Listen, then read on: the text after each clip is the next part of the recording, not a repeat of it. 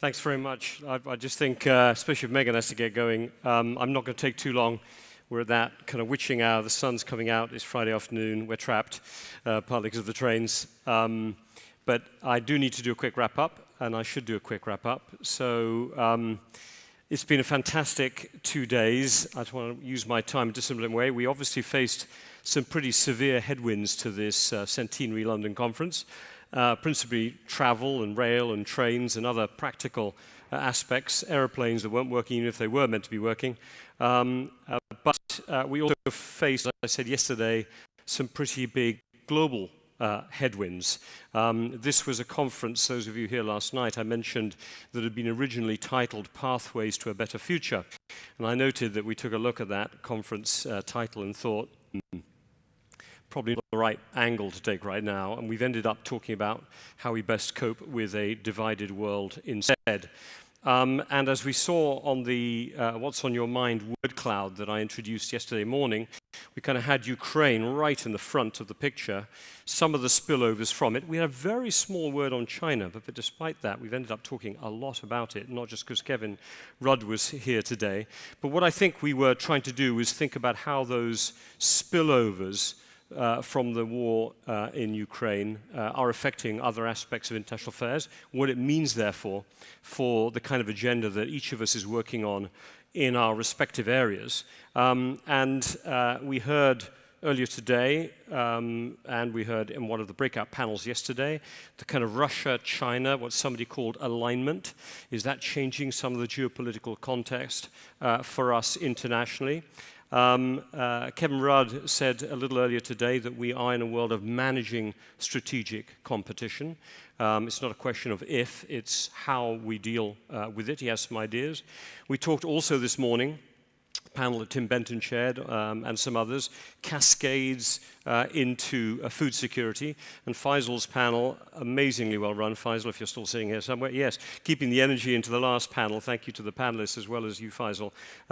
Really laid out, depressingly, I'm afraid, hard to find silver linings, the spillovers into a global economy that, as Philip Hammond said, was already facing its own sets of headwinds beforehand. I mean, one of the things that we discussed in our transatlantic panel yesterday that Leslie Vinjamuri chaired was, will US and Europe hang together through this? They might, and I think there was quite a bit of discussion about how they might do that. I did spot on my BBC News thing popping in just now that Roe versus Wade has just been struck down 6-3 party line, if you want to call it, by the Supreme Court. And that follows something you may not have spotted yesterday, but the 6-3 party line Supreme Court ruling on the ability to carry concealed weapons in New York State. I don't know, as a European, it doesn't fill me with optimism about how Europeans will look at America. There are many Americans who strongly disagree with that. I dare say probably majorities on both votes, but the structure of American politics is clearly, as was reminded on the last panel, the structure of many European politics is very bumpy. Inside Europe, inside America, inside, let's call them the liberal democracies, that term's been used, we face a lot of internal challenges at this time of a more divided world. So, pivot point of this conference, can we keep our eye on the other layer? If you remember that word cloud we saw yesterday of big global issues that matter to everyone here, climate change, food security, better biodiversity, global health provision, pandemic preparedness, etc., etc. What can I say? My takeaway, you'll all have your own, because I wasn't at all the meetings, it was impossible, and you will have been at whatever meetings you could have been, is at least I heard answers. Somebody said as I was leaving yesterday, remember, Robin, the quotation, pessimism of the mind, optimism of the will. So my will has not been beaten down over the last 2 days. If anything, it's modestly reinforced. Reinforced, but I'll thank you in a minute, partly by all of you and the good ideas that you've brought to the table. But I do feel that in Europe, North America, more broadly, whatever we mean by the developed world, there is a really frank conversation going on about what the structural obstacles are to a sustainable form of growth in the future. Whether it's how we think about creating productivity, whether it's some of the ideas we discussed here about the the need for a more balanced form of globalization. I think Megan Green was saying, one that's more curated, more mixed. It's not the end of globalization, but it's one that is more answerable to the political needs of our countries, as well as the security needs of this more complex geopolitical world. We heard in the panel that Renata Douan heard earlier today, if you're another country outside that group of the Russia, China, let's call it North America with its allies in the Pacific and Atlantic, if you're in the rest of the world, there is an opportunity here to create your own mini partnerships or to renegotiate the deal that you have with whichever of the big powers you've been depending on before, or to triangulate between them if you want to do that as well. Now, is that good? I don't know. It certainly means that those countries take more responsibility for their futures. And maybe that in itself is an important transition to see going forward. And then, as always happens with these conferences, and partly because it is, as I said yesterday, an intergenerational as well as international conference, and you heard it in a lot of the comments and questions we got from the floor here, and I heard, and I'll call it out again, in our Common Futures conversation breakout that we had yesterday, and from our panel of younger, I'd like to call them, advisors who are here with us today. There's a real sense amongst younger people that they're just tired of industrialized, centralized, top-down politics. They're just tired of it.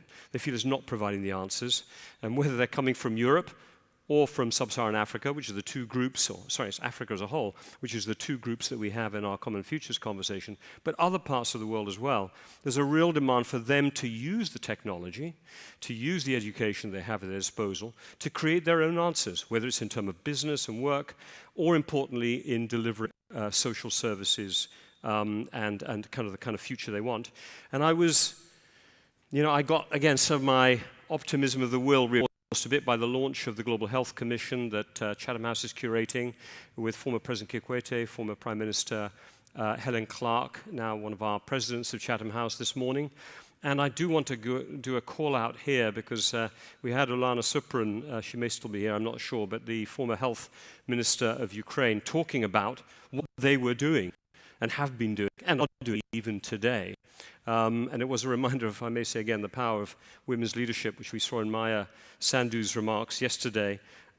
This kind of sense of, and it is a bottom-up, empowering different local communities to come up with solutions, cracking the corruption that often comes with top-down solutions, not always, but often. And it was a reminder of what Vladimir Putin feared. And when she talked about that the biggest opponent to launching universal health care in Ukraine was actually Russian disinformation, organized protests on social media and physical ones because of the corrupt networks often involved in some of the way that health provision was provided from that top-down centralized way in Ukraine and the way they were breaking it. It really, again, that optimism of the will, that feel that we've got to be committed to that side of the fight. And I think that's what has animated me in my time at Chatham House. I know it's what animates all of my colleagues at Chatham House and on our council and senior advisors and others, is to be on the right side of this fight. So I want to go straight from that to say thanks, and that lets me thank, first of all of you, because I've referenced a lot of you in what I've been saying here, panelists, moderators, Chatham House colleagues who've been part of the discussions as well. But most importantly, of course, that's a smallish proportion, or maybe it's 20%, 10% of the participants. You've all contributed. You've not been sitting here passively, and you've not been asking questions. You've been adding your comments and your thoughts. So what I would say is thank you all very much, all of that community.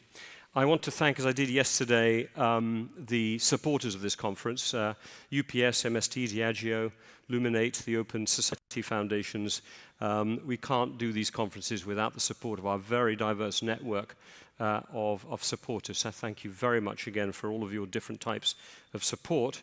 And obviously I'm going to do my Chatham House thanks, and I'm going to sort of elaborate a bit here because I think it's the right thing to do for all the right reasons. The person and the group I didn't thank yesterday because I never thank them at the beginning of a conference of this sort. Tech team. You know, you want to wait till the last minute has gone.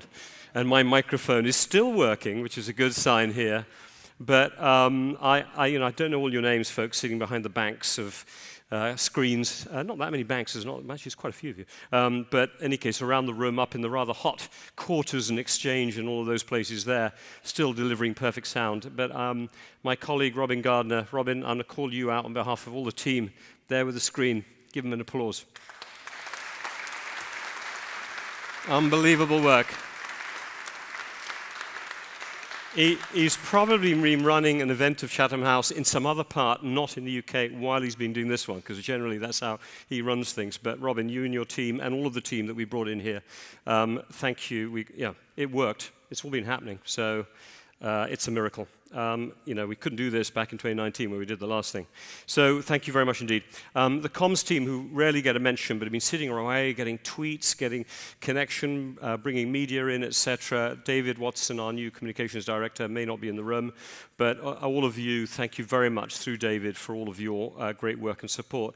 And Caroline Usher, I'm going to call out Caroline because all of her team, the members events team, the membership teams, all of the teams that work with her are all fulfilling functions in front and behind the scenes here in incredibly important ways. And no less so than the team that actually pulled together this London conference, led by Camille Hussein, ably, I wouldn't even say supported, probably co-led by Claire Smiley, Camilla Hampson. Huge thanks to all of you, and I think we need some applause now for that group for making it happen.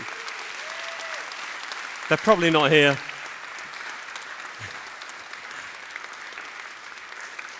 They're probably out there somewhere doing something for Chatham House or organizing something for somebody, but thank you very much indeed. This is my last time hosting one of these. So a quick couple of other words of thanks. Again, might not be in the room. A thanks to Renata Dwan, who's been Deputy Director for the last year and a half, is moving to New Delhi, good grief, but therefore not going to be here for the next sequence. But she's been an enormous support to me and to all of us at Chatham House over this time. So a chance for me to do a little shout out to her here. But also, a pre-thank you, because I think I can see her sitting over there, to Patricia Lewis, who is stepping into her shoes valiantly over the summer. First of all, as acting deputy director, then, well, you will be deputy director, and then as acting director. For the transition, she's shaking her head. I know, how did I talk you into that? Before Bronwyn Maddox takes over as the director of Chatham House in September. So that's when Bronwyn will take over. We are all excited about her picking up the baton here. We know she's going to do a superb job. But Patricia, thank you for minding the fort, as well as leading the international security program, all the other things you do at Chatham House in your day job. I suppose I could thank the COVID SARS virus. It would sound rather flippant, but we would have done a centenary conference in 2020. We weren't able to, but it meant I'm able to host it in my last conference. This has been the Chatham House Centenary Conference. It's a reminder, as I said, of why we do what we do, of the kind of vision we have for the future that I know all of you in this room, along with all of my colleagues at Chatham House, are very much committed to. We'll keep fighting the fight. It's going to be a very bumpy ride. Don't want to get too optimistic here over this year, the next few years. It's going to be tough. We heard it here today, but in the end, the future is ours to build. So let's just keep building it and, as I said, be on the right side of the various battles that are coming up here. And I look forward to seeing you hopefully at another one of these or other conferences. I was given a life membership at Chatham House, so what can I do? I'll have to remain involved, which I'll be thrilled to do.